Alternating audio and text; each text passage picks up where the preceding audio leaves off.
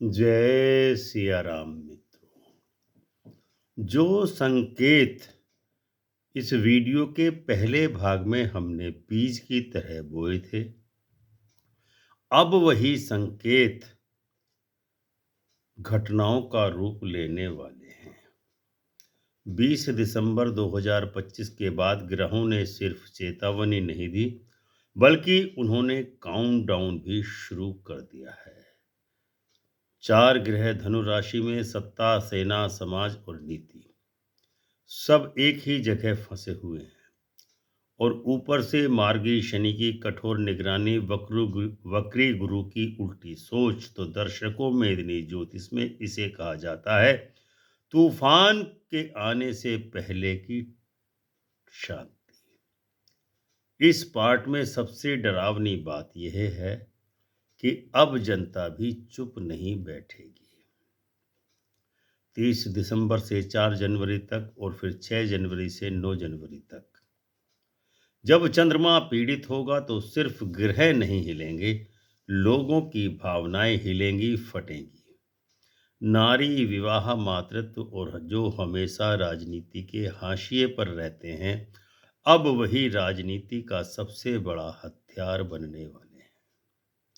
आज के इस दूसरे भाग में हम आपको बताएंगे कि क्यों सत्ता के फैसले उल्टे पड़ सकते हैं, क्यों महिला और जनताओं का आक्रोश बढ़ेगा और क्यों यह समय इतिहास में एक राजनीतिक मोड़ के रूप में दर्ज होगा। इस वीडियो को इसीलिए अंत तक देखते रहिए, क्योंकि जो बातें हम आपको बताने वाले हैं वे खबरों में शायद कभी साफ दिखाई ही न दे।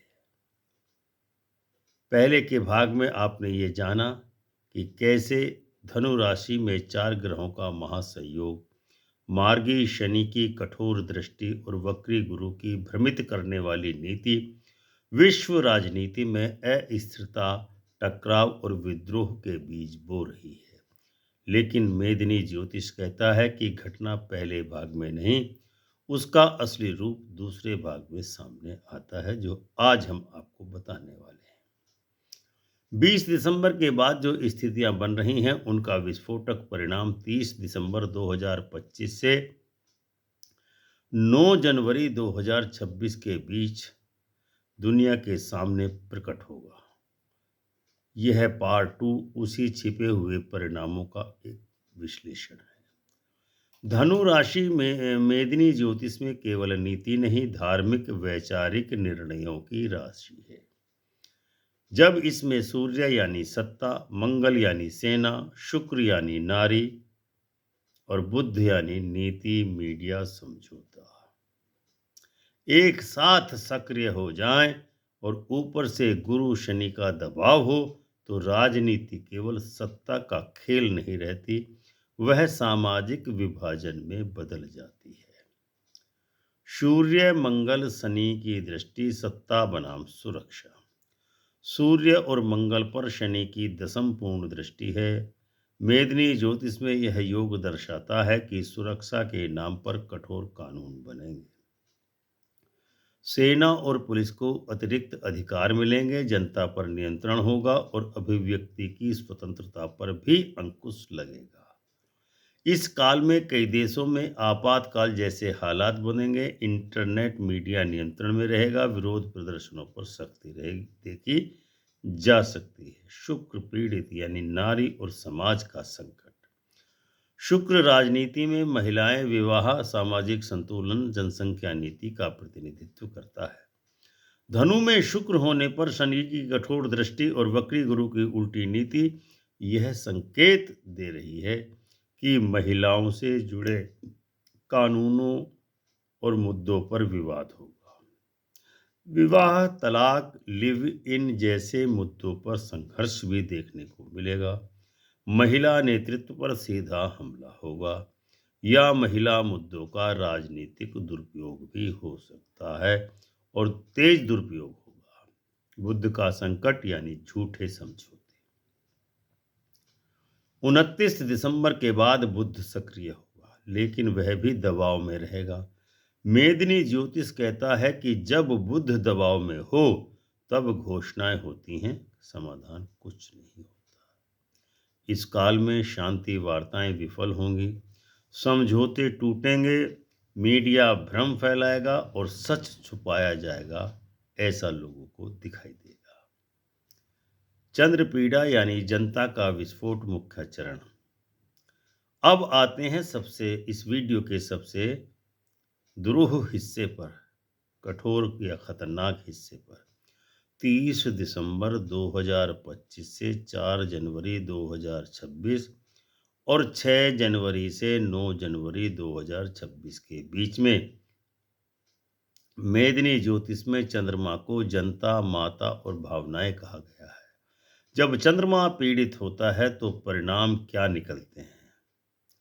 जन आंदोलन पनपता है, महिला विरोध होता है, बच्चों परिवार से जुड़े मुद्दे उखड़ते हैं, भावनात्मक विस्फोट होता है और किसी बड़े हादसे या त्रासदी का भी संकेत मिल रहा है। यह वही समय होता है जब सत्ता के खिलाफ आवाज डर से ऊपर निकल जाती है। स्त्री, पत्नी, मां। मेदिनी ज्योतिष का गहरा सिद्धांत है। अविवाहित लड़की बुध कहलाती है। विवाह के बाद वही लड़की शुक्र बन जाया करती है, यानी पत्नी बन जाया करती है। और जब पत्नी बनने के बाद उसको संतान की उत्पत्ति होती है तो वो मां बन जाती है, यानी चंद्रमा बन जाती है। एक ही महिला है, स्त्री है, पहले लड़की है, फिर यानी बुध है, फिर पत्नी है तो शुक्र है, मां है तो चंद्र है। यह मेदिनी ज्योतिष का अत्यंत गूढ़ सूत्र है। इसका अर्थ है इस काल में युवतियों के मुद्दे, शिक्षा, स्वतंत्रता जोर पकड़ेंगे। विवाहित महिलाओं के अधिकार और मातृत्व और बच्चों की सुरक्षा, तीनों पर एक साथ संकट आएगा। इसीलिए राजनीति में महिला कानून, जनसंख्या नीति, मातृत्व नीति मुख्य मुद्दे बनने वाले हैं। पहले भाग में हमने बताया था कि क्या क्या संभावना हो सकती, अब वो इसमें हम आपको स्पष्टतः बताते हैं। सरकारों की लोकप्रियता अचानक से गिरने लग जाएगी, यानी सरकार का विरोध हो सकता है। सहयोगी देशों में मतभेद बढ़ सकते हैं। धार्मिक वैचारिक टकराव होना संभव है। शरणार्थी और मानवाधिकार मुद्दे पनपेंगे और वैश्विक आलोचनाओं का भी देश को सामना करना पड़ सकता है। युद्ध या युद्ध जैसी स्थितियों का सामना करना पड़ेगा, क्योंकि सूर्य, मंगल, शनि योग मेदिनी ज्योतिष में युद्ध सैन्य चेतावनी और सीमाओं पर तनाव का कारण बनता है या उस तनाव का संकेत देता है। लेकिन यह युद्ध जरूरी नहीं कि पूर्ण युद्ध हो, यह भी हो सकता है कि आर्थिक युद्ध हो, साइबर युद्ध हो, कूटनीतिक युद्ध हो, किसी भी प्रकार का युद्ध हो सकता है। यह काल क्यों डरावना है? क्योंकि गुरु यानी बृहस्पति की नीति उल्टी चल रही है, वक्री चल रही है। व्यवस्था शनि कठोर है। सूर्य की सत्ता अहंकारी है। मंगल की सेना तैयार है। समाज यानी शुक्र असंतुलित हो चुका है। जनता यानी चंद्रमा भावुकता के मार्ग पर है। अर्थात यह संयोजन राजनीतिक विस्फोट का क्लासिकल संकेत दिखाई दे रहा है। क्या यह स्थायी विनाश है या क्या है स्थिति है? मेदिनी ज्योतिष कहता है कि जहां शनि मार्गी हो वहां कभी अंत नहीं हो सकता, केवल पुनर्गठन होता है, यानी कि देश के पुनर्गठन का समय है, विश्व के पुनर्गठन का समय है। एक नया आर्डर पूरे विश्व में बनने वाला है पॉलिटिकली। यह काल पुरानी व्यवस्था तोड़ेगा, नई नीति की नींव रखेगा, सत्ता को चेतावनी देगा, जनता को ताकत का एहसास भी कराएगा। 9 जनवरी 2026 के बाद स्थितियां धीरे धीरे स्थिर होंगी, लेकिन बदली हुई राजनीति के साथ पुराने नेता कमजोर पड़ते जाएंगे, नए चेहरे उभरने लगेंगे। भाग 2 हमें ये सिखाता है कि इतिहास अचानक नहीं बदलता। यह पहले संकेत देता है। 20 दिसंबर 2025 से 9 जनवरी 2026 के बीच विश्व राजनीति का ऐसा काल है जिसे आने वाली पीढ़ियां याद रखेंगी। यदि आप चाहते हैं कि आप घटनाओं से डरे नहीं बल्कि उन्हें समझें और ग्रहों की भाषा को पहचानें, तो अमृत कलश से जुड़े रहिए। अब हम आपको बतलाते हैं, नेक्स्ट वीडियो में बताएंगे कि कौन से देश इससे सर्वाधिक प्रभावित होंगे। भारत के लिए यह काल कितना संवेदनशील है और व्यक्तिगत जीवन पर इसका क्या प्रभाव पड़ेगा। तो दर्शकों, अब आप समझ चुके होंगे कि यह सिर्फ ग्रहों की चर्चा नहीं थी, यह था राजनीति के अंदर चल रही उस आग का विश्लेषण जो ऊपर से दिखाई कभी नहीं देती है, लेकिन अंदर ही अंदर सब कुछ जलाकर राख कर देती है। 4 ग्रह धनु राशि में नीति, सत्ता, समाज और संवाद, लेकिन सभी के चारों ग्रह दबाव में हैं। ओ- और ऊपर से शनि का कठोर अनुशासन और गुरु की उल्टी हुई सोच। इस हालात में मेदिनी ज्योतिष बतलाता है कि जब जनता का कारक चंद्रमा पीड़ित हो, तब सत्ता के फैसले जनता के गुस्से में बदलते दिखते हैं। 30 दिसंबर से 9 जनवरी के बीच जो घटनाएं होंगी, वे अचानक नहीं होंगी, वे पहले से तय गृह निर्णयों का परिणाम होंगे। नारी से जुड़ा प्रश्न होगा, विवाह और परिवार का मुद्दा होगा, मातृत्व और बच्चों की चिंता होगी। यही विषय अब राजनीति की दिशा तय करेंगे। और याद रखिए, इतिहास में जब जब ऐसे गृह योग बने हैं, तब तब सत्ता ने मजबूरी में अपने फैसले हमेशा बदले हैं।